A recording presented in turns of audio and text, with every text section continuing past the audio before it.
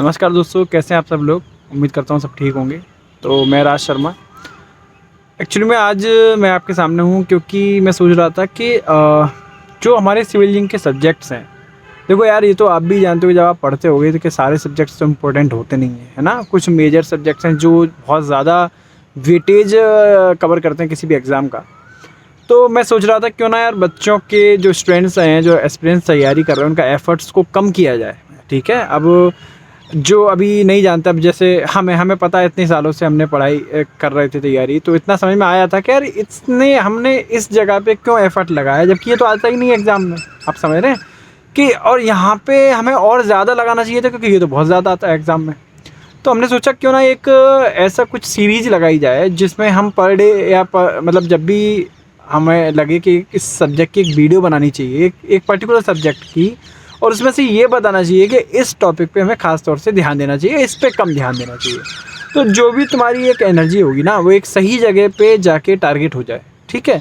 तो ये हमारा सोचना है। तो यही सोच के साथ हम शुरू करते हैं। आज हमने सोचा कि सर्वे को थोड़ा सा रिव्यू कर लेते हैं कि सर्वेइंग को कैसे, कहाँ से कितना पढ़ना चाहिए। ठीक है। और देखो आजकल कंपटीशन बहुत ज़्यादा है, तो वो कहते हैं ना कि उस जगह पे बार करो यहाँ से कुछ मिले, एक्सप्लोर हो जाए कुछ। अब वहाँ मारे जा रहे हैं, यहाँ पे कुछ मतलब ही नहीं है, तो कोई फ़ायदा नहीं है। तो और जो लोगों के हैं, मतलब जैसे मेरी जो वीडियो सिर्फ उन्हीं लोगों के लिए जो वास्तव में नीडेड हैं, जिनके पास शायद कोई है नहीं बताने वाला, गाइडेंस करने वाला शायद नहीं है। तो मतलब समझ रहे हैं आप। तो अब जो मतलब बाहर है, जिनके भाई बहन या कोई पहले इंजीनियरिंग कर चुके हैं यार, उनको पता होगा ये बातें जो आज मैं आपको बताने वाला हूँ। तो बस यही मेरा टारगेट है। तो चलिए, सर्वे में जैसे मैं आपको बताना चाहता हूँ कुछ, तो मैंने 2-3 चीज़ लिख रखी हैं। तो सर्वेइंग जैसे कि हम जानते हैं एसएससी जेईई प्री में अच्छा खासा पूछा जाता है ना, किसी भी एग्ज़ाम में पूछा जाता है। तो मेरा टारगेट ये नहीं कि किस एग्ज़ाम में कितना पूछ रहे हैं, हम ये बताना चाह रहे हैं कि अगर सर्वे से क्वेश्चन आया तो कहाँ से आएगा। ये मेरा ये टारगेट है यहाँ पे। तो ऐसे करके हम पहला सब्जेक्ट ले रहे हैं, सीरीज स्टार्ट करेंगे।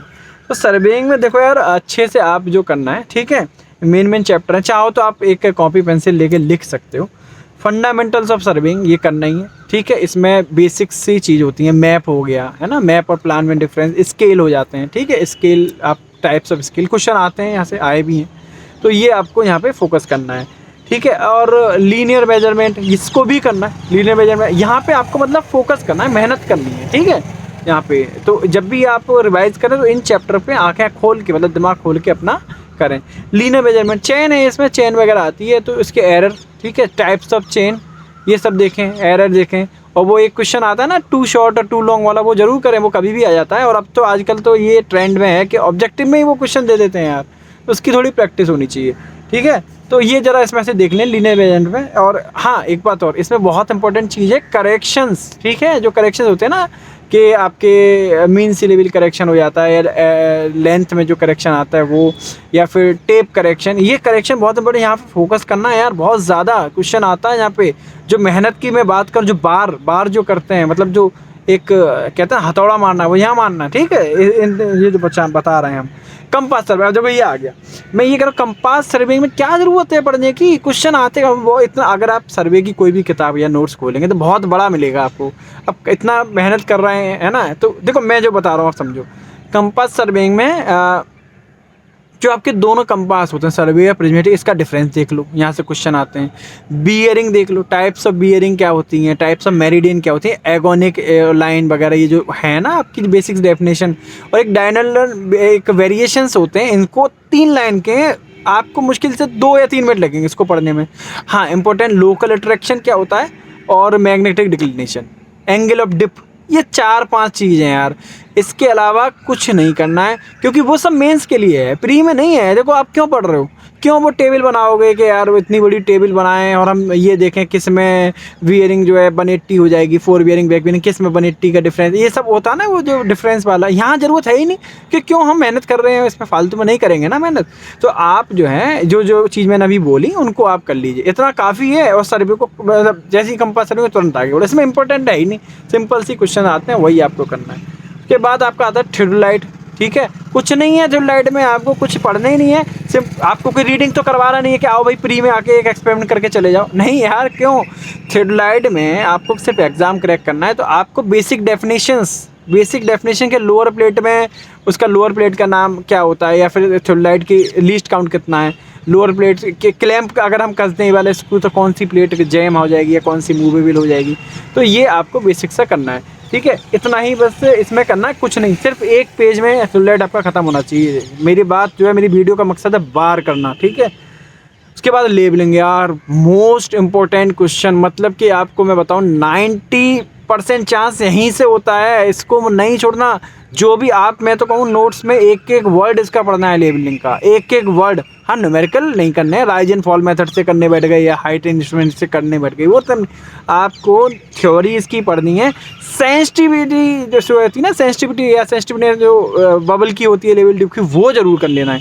उसके क्वेश्चन आने ही हैं और आते हैं, ठीक है। वेरिएशन होते हैं, 4-5 वेरिएशन होते हैं, तो वो आपको तो ये लेबलिंग में आप ये बात याद रखेंगे कि ये वाली चीज़ ज़रूर करनी है, ठीक है, बहुत इंपॉर्टेंट है लेबलिंग, ठीक है।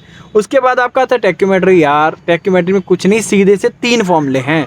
आप मेरी बात यकीन कीजिए, जब मैं रिवाइज़ करता तो टैक्योमेट्री को मुश्किल से आप यकीन नहीं करेंगे 3.5 या 4 मिनट लगते थे। कैन यू इमेजिन दैट कि 3.5-4 मिनट में टैक्योमेट्री। यार मुझे पता है नहीं आएगा क्वेश्चन, क्या पूछेगा वो, D=K+C या D=KS, जो फॉर्मूला है साइंस का डीटा प्लस सी कॉस्ट, ये सी कॉस्ट थीटा ये वाला। तो इसमें आपको सिर्फ ये देखना है कि देखो साइन स्क्वायर थीटा वाला फॉर्मूला आना ही नहीं है। रीज़न ये कि आप कैलकुलेटर थोड़ी मिलेगा आपको, हैं, तो हम क्यों पढ़ेंगे उसको, वो तो मेंस के लिए करेंगे हम काम, तो अभी तो यहाँ पे वो करना है प्री का, तो ये करना। अच्छा, दूसरी एक चीज़ का आजकल बहुत फेमस हो रही है कि आप जैसे F/I K की वैल्यू होती है ना, C की वैल्यू होती है कि F+D, तो ये जो चीज़ें होती हैं ये आप जरूर कर लेना। अच्छा, इसमें एक और चीज़ होती है एनालिटिक लेंस के, है ना, और 2 इसमें एक डिफेक्ट्स होते हैं, एक एक्रोमेटिक टाइप का रहता है और एक और होता है, ठीक है। तो वो ये 3 चीज़ हो गई आपकी। एक तो D=K+C वाला फॉर्मूला कब लगता है, कैसे लगता है। दूसरा ये कि एरर, ठीक है, एरर जो मैंने अभी बताया, ठीक है। तीसरा ये कि लेंसेज के बारे में और जो स्टेडिया कांस्टेंट होते हैं इनके बारे में, जैसे K=F/I भी होता है ना, focal length upon interval, steady interval.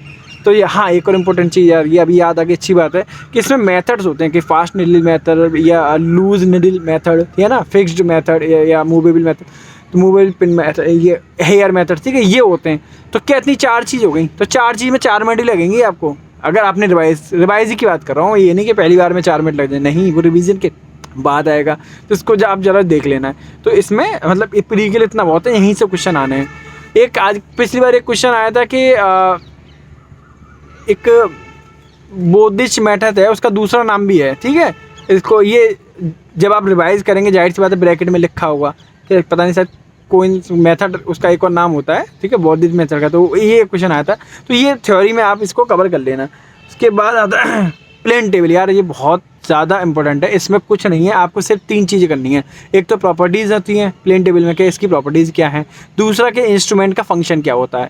देखो 7 या 6 या 7 इसकी एक्सेसरीज हैं, सबका एक एक फंक्शन होता है कि भैया फिड्यूशियल एज अगर एलिडेट का रख दें तो हम साइड कर सकते हैं, ठीक है। टेलीस्कोप एलिडेट से हम इंक्लाइंड लाइन ऑफ साइड भी मतलब हम ड्रॉ कर सकते हैं, ठीक है। एक प्लम्बिंग फॉर्क होता है, उससे सेंटरिंग कर लेते हैं। तो ये चीज़ें आपको बस कितना देर लगेगा, हार्डली बता रहा हूँ 5 मिनट, ठीक है। तो 5 मिनट में ये आपकी प्लेन टेबलिंग की ये चीज़ ख़त्म हो जानी चाहिए।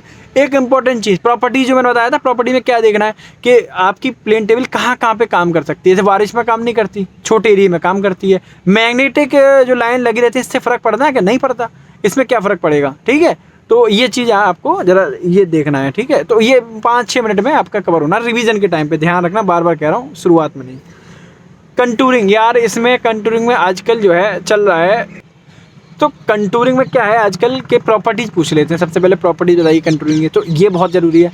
आजकल ट्रेंड में एक और चीज़ आ गई कंटूरिंग में, पहले हम सोचते थे खाली प्रॉपर्टी करके हो गया काम, नहीं, आजकल क्या पूछ लेते हैं, मेथड बता दो, डायरेक्ट और इनडायरेक्ट मेथड, ये 2 मेथड पढ़ लेना, ठीक है। प्रॉपर्टीज़ बता दी और इसके 2 मेथड के कंटूर में कौन से 2 मेथड है, ठीक है। तो ये इसके बारे में कौन सा कब मेथड लगता है, तो कंटूरिंग में इतना काफ़ी होता है।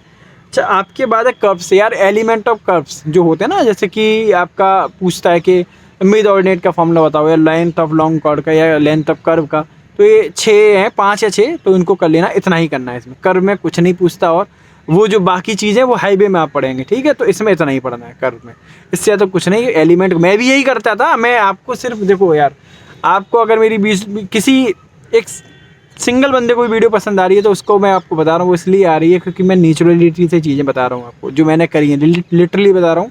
यही चीज़ हमने की थी, वही आपको हम बताने की कोशिश कर रहे हैं।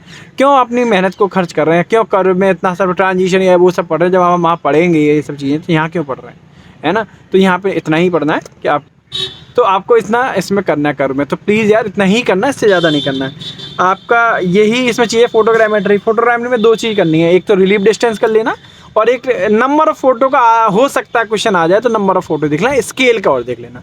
ये 3 चीज़ में मुश्किल से 5-6 मिनट में आपका हो जाएगा। इतना ही करना है, इससे ज़्यादा कुछ नहीं। हाँ, आजकल 1-2 क्वेश्चन आने लग गए हैं। इस बार यूपीआई में आया था कि आइसोसेंटर क्या होता है। आइसोसेंटर जो शुरू की 4 डेफिनेशन है, प्रिंसिपल पॉइंट, आइसोसेंटर, नादिर पॉइंट, ये 2-3 चीज़ हैं, इनको देख लेना।